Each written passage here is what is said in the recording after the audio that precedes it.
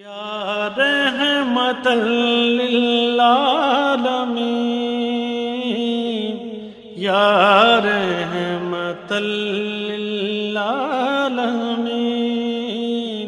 یا رحمت للعالمین.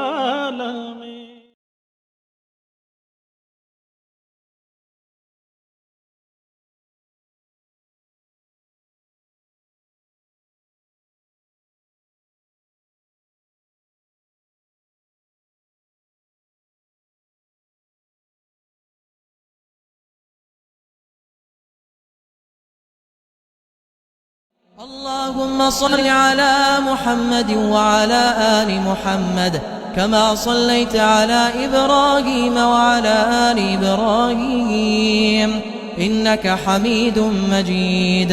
اللهم بارك على محمد وعلى آل محمد كما باركت على إبراهيم وعلى آل إبراهيم إنك حميد مجيد.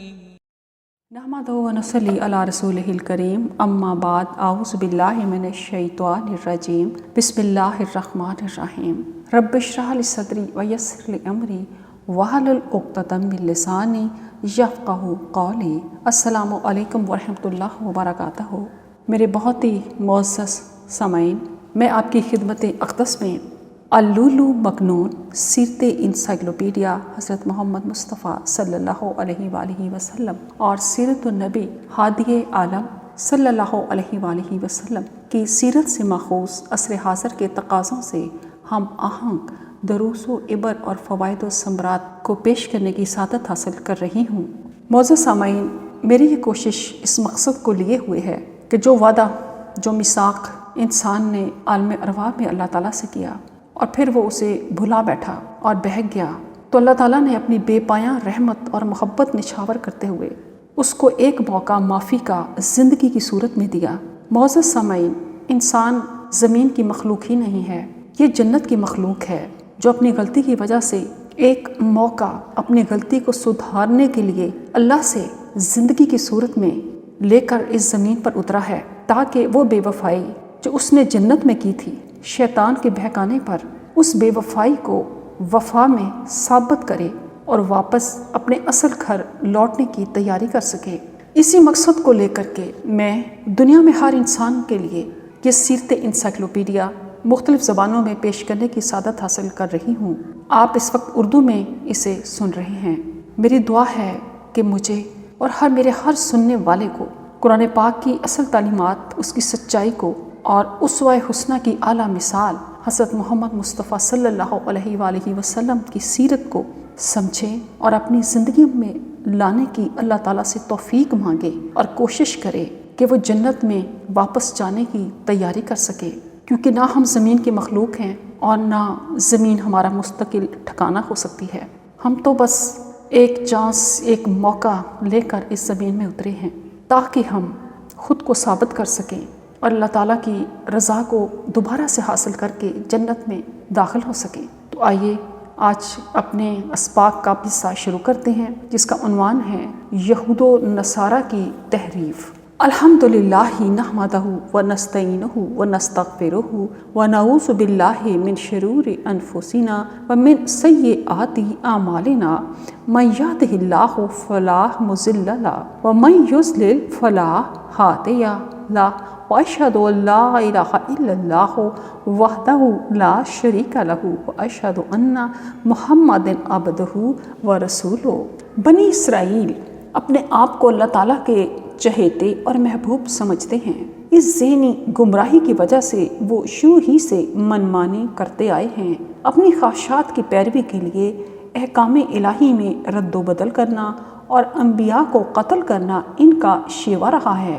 اللہ تعالیٰ نے قرآن مجید سے پہلے بنی اسرائیل کی طرف جتنی بھی آسمانی کتابیں اور صحائف نازل فرمائے، یہود و نصارہ نے ان میں اپنی خواہشات کے مطابق تحریف کر کے اللہ کی حدود سے تجاوز کیا اور ان کی حرمت پامال کی. قرآن مجید، احادیث نبویہ، خود علماء یہود اور بائبل اس پر شاہد ہیں، جہاں میں آپ کو چند ایک دلائل پیش کرنے کی سعادت حاصل کرتی ہوں. قرآن کریم کی شہادت۔ ارشاد باری تعالیٰ ہے، بسم اللہ الرحمن الرحیم، فوائل للذین یکتبون الکتاب بأیدیہم ثم یقولون ھذا من عند اللہ لیشتروا بہ ثمنا قلیلا فویل لہم مما کتبت ایدیہم فویل لہم مما یکسبون۔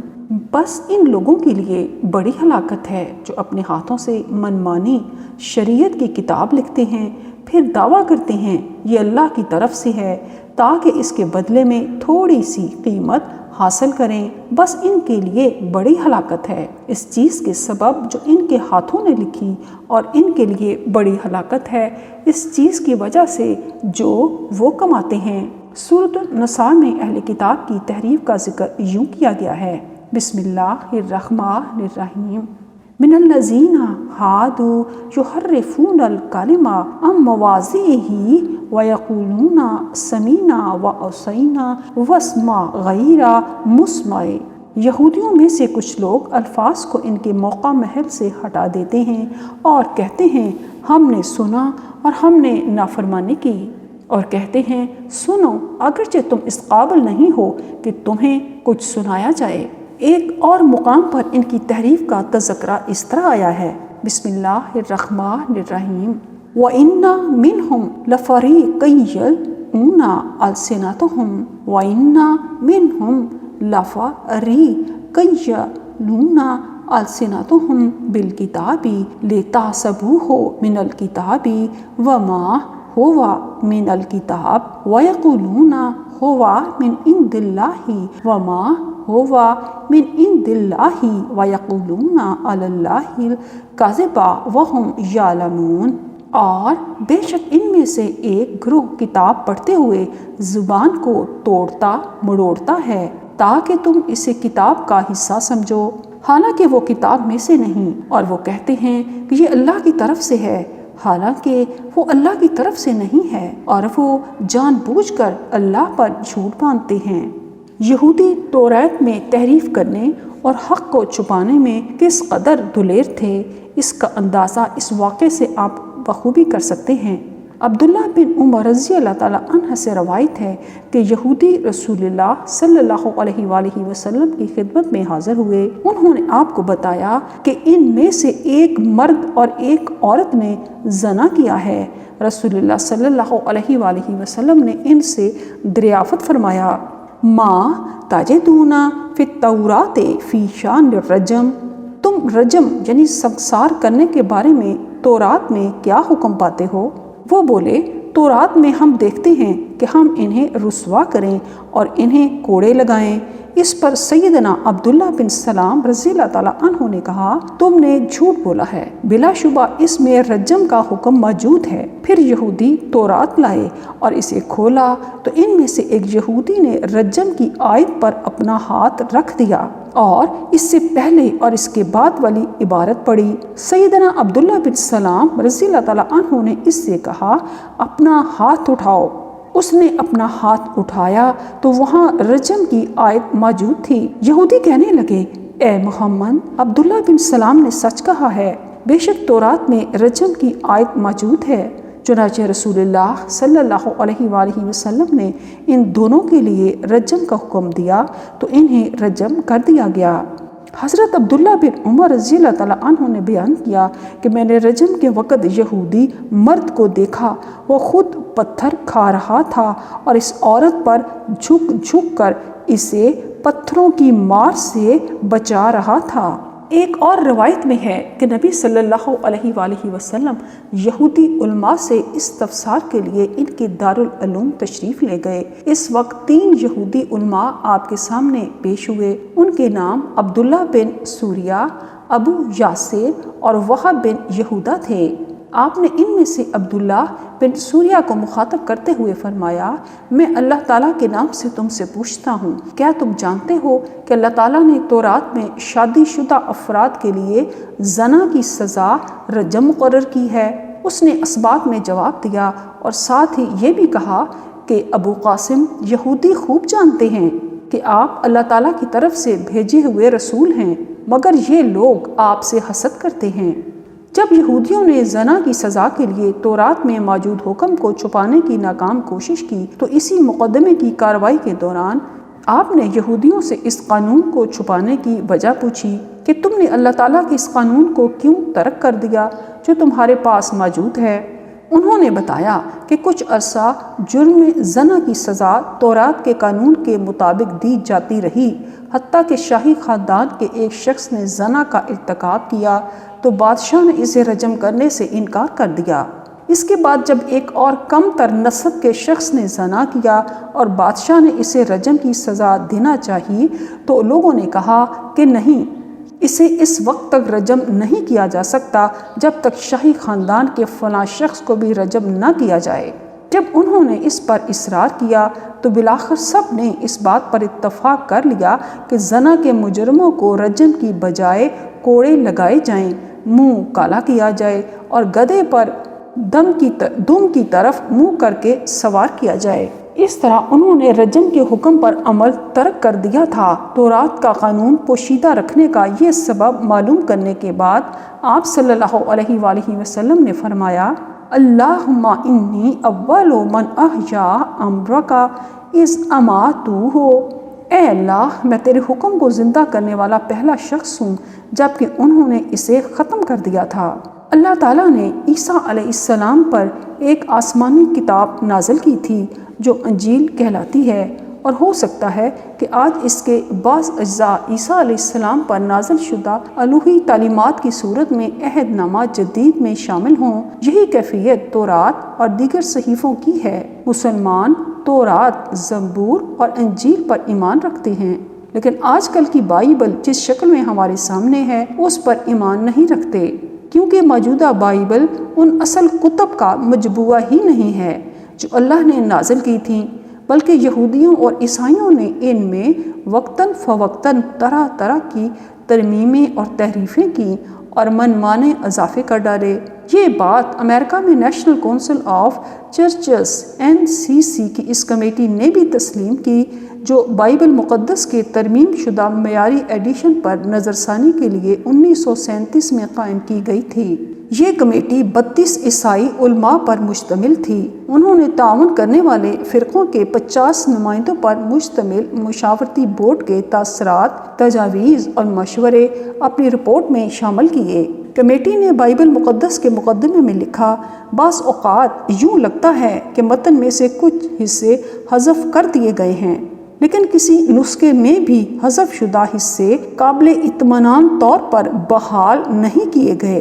اصل متن کی انتہائی امکانی تشکیل جدید کے لیے فاضل علماء نے جو بہترین قیاسات پیش کیے ہیں، اب ہم انہی پر اکتفا کریں گے۔ کمیٹی نے مقدمے میں یہ بھی لکھا، اس میں عبارات کا اضافہ کیا گیا ہے جس سے قدیم مستند نسخوں میں اہم تبدیلیوں، اضافوں اور تحریفات کا پتہ چلتا ہے۔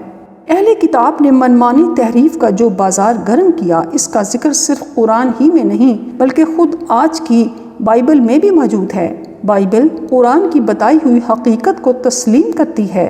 بائبل کے ہمہ جہت تعارف کے بعد آپ اہل کتاب کی تحریفوں کے بارے میں خود بائبل کی گواہیوں کو سننے کی سعادت حاصل کر سکتے ہیں۔ تب یرمیاہ نے دوسرا طور مار کیا اور باروک بن نیریاہ منشی کو دیا، اور اس نے اس کتاب کی سب باتیں جسے شاہ یہودا یقین نے آگ میں جلایا تھا، یرمیاہ کی زبانیں اس میں لکھیں اور ان کے سوا ویسی ہی اور بہت سی باتیں ان میں بڑھا دی گئیں۔ یہ عرض کرنا بے محل نہ ہوگا کہ یرمیاہ کا عہد نبوت 626 قبل عیسوی سے 587 قبل عیسوی میں یروشلم کی بربادی تک 40 برسوں پر محیط ہے۔ یرمیاہ نے دیندار کاہن کے خاندان میں پرورش پائی۔ امون شاہ یہودیہ کے مختصر عہد میں بت پرستی کا احیا ہو چکا تھا، ہیکل میں بھی بت رکھے ہوئے تھے اور یروشلم کے نواح میں بال اور مولک کے نام پر بچوں کو قربان کیا جاتا تھا۔ یرمیاہ نے منظم دینی و اخلاقی اصلاحات کا آغاز کیا۔ بنو قد نصر بخت نصر شاہ بابل نے کرکمس شام کی لڑائی میں فرعون نقوہ کو شکست دینے کے بعد 604 قبل مسیح میں اسقلان کو زمین بوس کر دیا تھا۔ اس پر یروشلم میں روزہ کی منادی کی گئی اور یرمیاہ کا پیغام توحید سنایا گیا، مگر شاہ یہویقیم نے بدستور بت پرستانہ رسم و رواج کی حوصلہ افزائی کی۔ آخر کار 597 قبل مسیح میں بابل نے یہودیہ پر مکمل طور پر قبضہ کر لیا۔ بخت نصر کے دوسرے محاصرہ یروشلم 587 قبل مسیح کے دوران میں یہودیوں نے یرمیاہ نبی پر غداری کا الزام لگا کر انہیں ایک دلدلی حوض میں پھینک دیا، لیکن اب ملک کی بروقت مداخلت نے انہیں موت کے منہ میں جانے سے بچا لیا۔ یروشلم کی بربادی کے بعد بنو قد نصر بنو قدر یرمیاہ کے ساتھ مہربانی سے پیش آیا۔ بابل اور یہودہ میں جھوٹے نبیوں نے یرمیاہ کو قتل کرانے کی کوششیں کی۔ آخری عمر میں وہ مصر چلے گئے اور وہاں بھی یہودیوں کو بت پرستی سے باز آنے کی تلقین کرتے رہے۔ کتاب مقدس یرمیاہ کے متذکرہ احوال میں یہویقیم کا ذکر ملتا ہے۔ اس کی بنسبت یہ جان لینا کافی ہے کہ یہ یہودیہ کے نیک بادشاہ یوسیہ کا بیٹا تھا۔ اس کا پہلا نام الیاقیم تھا، لیکن فرعون نکو نے اسے بادشاہ بنا کر خراج دینے پر مجبور کیا اور اس کا نام بدل کر یہویقیم رکھا۔ اس نے 11 سال حکومت کی۔ وہ بڑا ظالم اور بدکار تھا۔ یرمیاہ نبی نے پیش گوئی کی تھی کہ یہ شخص گدھے کی طرح دفن ہوگا۔ تم کیسے کہتے ہو کہ ہم تو دانش مند ہیں اور خداوند کی شریعت ہمارے پاس ہے، لیکن دیکھ لکھنے والوں کے باطل قلم نے بطالت پیدا کی ہے۔ دانش مند شرمندہ ہوئے، وہ حیران ہوئے اور پکڑے گئے۔ دیکھ انہوں نے خداوند کے کلام کو رد کیا، بس تم نے اپنی روایت سے خدا کا کلام باطل کر دیا۔ اے ریاکارو، یسایہ نے تمہارے حق میں کیا خوب نبوت کی کہ یہ امت زبان سے تو میری عزت کرتی ہے، مگر ان کا دل مجھ سے دور ہے اور یہ بے فائدہ میری پرستش کرتے ہیں، کیونکہ انسانی احکام کی تعلیم دیتے ہیں، پر خداوند کی طرف سے بارے نبوت کا ذکر تم کبھی نہ کرنا، اس لیے کہ ہر ایک آدمی کی اپنی ہی باتیں اس پر بار ہوں گی، کیونکہ تم نے زندہ خدا رب الافواج ہمارے خدا کے کلام کو بگاڑ ڈالا ہے۔ بائبل کی ان تمام تحریفات کے باوجود، جن کا خصوصی ہدف آسمانی کتابوں کے وہ حصے رہے جن میں رسول اللہ صلی اللہ علیہ وآلہ وسلم کی آمد کا صاف صاف ذکر تھا، آج بھی بائبل میں ایسی پیش گوئیاں موجود ہیں جن کا مصادق صرف رسول اللہ صلی اللہ علیہ وآلہ وسلم ہی کی ذات گرامی ہے۔ بنی اسرائیل یسوع عیسیٰ علیہ السلام کے علاوہ بھی ایک نبی کی شدت سے منتظر تھے۔ اس نبی کے درود مسعود کی صورت میں وہ دوبارہ غلبہ اور عظمت رفتہ حاصل کرنا چاہتے تھے۔ فرمان الہی ہے، بسم اللہ الرحمن الرحیم، وَلَمَّا جَاءَهُمْ كِتَابٌ مِّنْ عِندِ اللَّهِ مُصَدِّقٌ لِّمَا مَعَكُمْ وَكَانُوا مِن قَبْلُ يَسْتَفْتِحُونَ عَلَى الَّذِينَ كَفَرُوا فَلَمَّا جَاءَهُم مَّا عَرَفُوا كَفَرُوا بِهِ فَلَعْنَةُ اللَّهِ عَلَى الْكَافِرِينَ۔ اور جب ان کے پاس اللہ کے ہاں سے ایک کتاب آ گئی جو اس کتاب کی تصدیق کرنے والی ہے جو ان کے پاس ہے، حالانکہ وہ اس سے پہلے ان لوگوں پر رسول موعود کے ذریعے سے فتح طلب کیا کرتے تھے جنہوں نے کفر کیا، پھر جب ان کے پاس وہ رسول برحق آ گیا جسے انہوں نے پہچان لیا تو انہوں نے اس کے ساتھ کفر کیا، بس کافروں پر اللہ کی لعنت ہے۔ صدق اللہ العظیم۔ اللهم صل على محمد وعلى آل محمد كما صليت على إبراهيم وعلى آل إبراهيم إنك حميد مجيد اللهم بارك على محمد وعلى آل محمد كما باركت على إبراهيم وعلى آل إبراهيم إنك حميد مجيد